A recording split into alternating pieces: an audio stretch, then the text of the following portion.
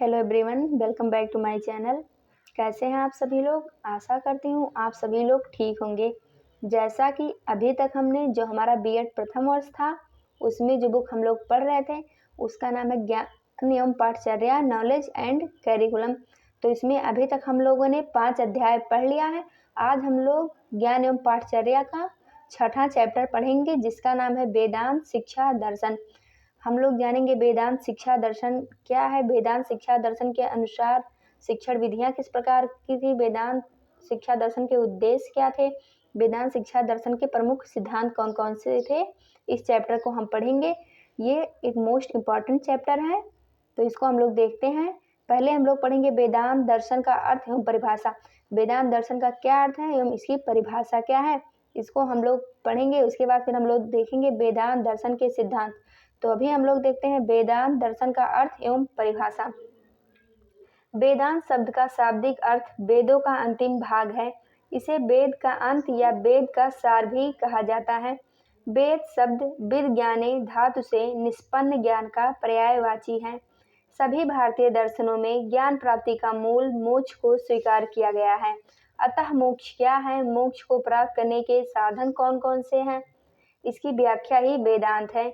वेदांत में मोक्ष प्राप्ति के साधन को ब्रह्म ज्ञान माना गया है। इसीलिए कहा जा सकता है कि मनुष्य को इस व्यवहारिक जीवन में इस जगत से दूरी पार कर अंतिम लक्ष्य या उद्देश्य की प्राप्ति करना ही वेदांत है। वेदांत का मुख्य अर्थ है जिस ज्ञान से मनुष्य के इस देह शरीर को हमेशा के लिए अंत हो जाता है, जिस ज्ञान से हमें मोक्ष की प्राप्ति हो जाए, यही लक्ष्य वेदांत है। अब हम लोग देखेंगे प्रोफेसर रमन बिहारी लाल के अनुसार वेदांत दर्शन भारतीय दर्शन की वह विचारधारा है जो इस ब्रह्मांड को ब्रह्म द्वारा निर्मित मानती है और यह मानती है कि केवल ब्रह्म ही सत्य है और यह वस्तु जगत असत्य है। यह ईश्वर को इस सृष्टि की स्थिति, उत्पत्ति तथा लय का कारण मानती है और आत्मा को ब्रह्म का अंश मानती है और यह प्रतिपादन करती है कि मनुष्य जीवन का अंतिम उद्देश्य मुक्ति है। तो ये रहा हमारा वेदांत दर्शन का अर्थ एवं परिभाषा। अब हम लोग देखेंगे वेदांत दर्शन के प्रमुख सिद्धांत कौन कौन से हैं। तो जो हमारा पहला सिद्धांत है वो है यह ब्रह्मांड इस ब्रह्म द्वारा निर्मित है। तो इसको हम लोग देखते हैं, इसका मतलब क्या है कि यह ब्रह्मांड इस ब्रह्म द्वारा निर्मित है। वेदांत दर्शन के अनुसार ब्रह्म ही इस ब्रह्मांड का मूल कारण है। ब्रह्मांड के मूल में केवल ब्रह्म का अस्तित्व स्वीकार किया जाता है।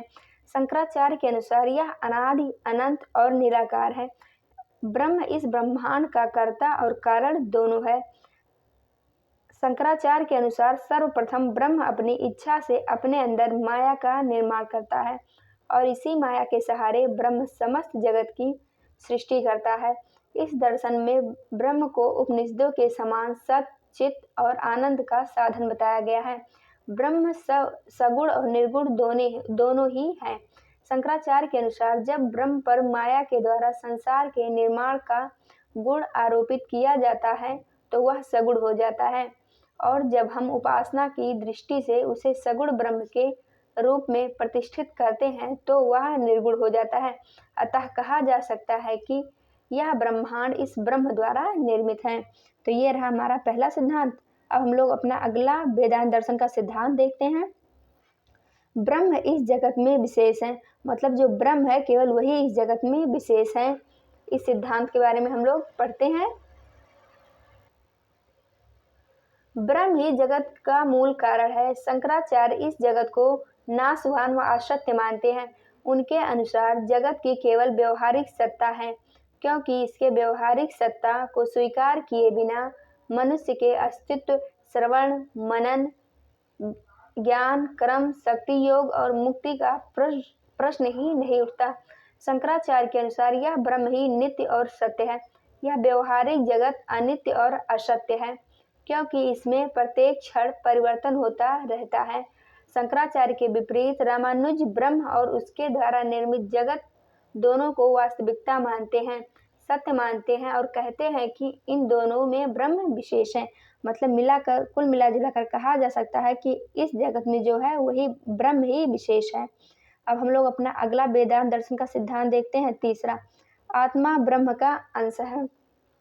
शंकराचार्य आत्मा को ब्रह्म का अंश मानते हैं और कहते हैं कि ब्रह्म अपने में सर्वव्यापक, सर्वशक्तिमान और सर्वज्ञाता और संपूर्ण होती है।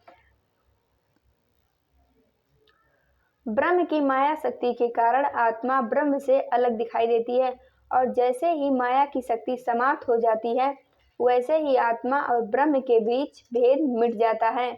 तो यह रहा हमारा आत्मा ब्रह्म का अंश है सिद्धांत। अब हम लोग अपना अगला सिद्धांत देखेंगे, मनुष्य सर्वशक्तिमान और आत्म सर्वज्ञ है। शंकराचार्य ने मनुष्य को ज्ञान और शक्ति का अनंत स्रोत मानते हुए कहा है कि मनुष्य सर्वशक्तिमान है, आत्म सर्वज्ञ है। वह माया के आवरण के कारण अपने वास्तविक स्वरूप को नहीं पहचान पाता। जैसे ही माया का आवरण हटता है वह अपने वास्तविक स्वरूप को समझ जाता है। वह अपनी आत्मा को पहचान लेता है और सब कुछ जान जाता है। रामानुज कहते हैं कि मनुष्य चित्त, अचित और ब्रह्म का योग है। इसी के द्वारा वह सर्वशक्तिमान और सर्वज्ञ बनता है। तो अब हम लोग अपना अगला सिद्धांत देखेंगे, मानव का विकास इंद्रियां और मस्तिष्क है। मानव का जो विकास हुआ वो इंद्रियों और मस्तिष्क से हुआ है। मानव का विकास इंद्रिया और मस्तिष्क है, इसको हम लोग देखेंगे। अब वेदांत दर्शन के अनुसार इस व्यवहारिक जगत में मनुष्य के विकास का आधार उसकी ज्ञानेंद्रियां, कर्मेंद्रियां और मस्तिष्क हैं। वेदांत के अनुसार मानव का विकास उसके कर्मों पर निर्भर करता है। अच्छे कर्म से ही शरीर शुद्ध होता है, शरीर शुद्ध से चित्त शुद्ध होता है और जब चित्त शुद्ध होता है तो मनुष्य को विशुद्ध ज्ञान प्राप्त होता है। अतः शरीर को पाप रहित और चित्त को निर्मल रखने के लिए इंद्रियों और मस्तिष्क को संयम रखते हुए अच्छे कर्म करने होंगे। अच्छे कर्मों से अच्छे फल प्राप्त होते हैं और मानव जीवन का विकास होता है। तो ये रहा हमारा मानव का विकास इंद्रियां और मस्तिष्क है का सिद्धांत। अब हम लोग अपना आखिरी सिद्धांत देखेंगे जो है मानव जीवन का अंतिम उद्देश्य मोक्ष की प्राप्ति। मतलब जो मानव जीवन का अंतिम लक्ष्य एवं उद्देश्य है वो है मोक्ष की प्राप्ति करना वेदांत दर्शन के अनुसार। शंकराचार्य के अनुसार मनुष्य के जीवन का अंतिम उद्देश्य मुक्ति प्राप्त करना है। शंकराचार्य के अनुसार आत्मा को अपने रूप में अवस्थित ही मोक्ष है।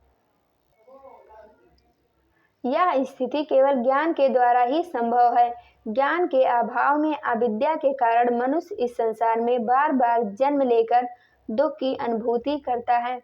इसी कारण वेदांत में मोक्ष की एक ही परिभाषा है कि अज्ञान या अविद्या से निवृत्त ही मोक्ष है। मनुष्य ज्ञान प्राप्ति के बाद सत्य और असत, नित्य और अनित्य से परिचित होकर इस संसार से विरक्त हो जाता है। उसे न तो सुख का आभास होता है न दुख का।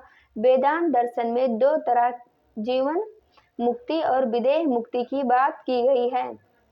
अतः मनुष्य को अपने जीवन के अंतिम उद्देश्यों की प्राप्ति के लिए ज्ञान मार्ग को अपनाकर अविद्या का नाश करना चाहिए जिससे उसे मुक्ति की प्राप्ति हो सके। तो ये रहा हमारा वेदांत दर्शन के प्रमुख सिद्धांत जिसको हम लोगों ने पढ़ा। अगर आप लोग लिखना चाहते हैं तो लिख सकते हैं। हम लोग जो अगला टॉपिक है जिसको पढ़ेंगे वो है वेदांत दर्शन के अनुसार शिक्षा के उद्देश्य।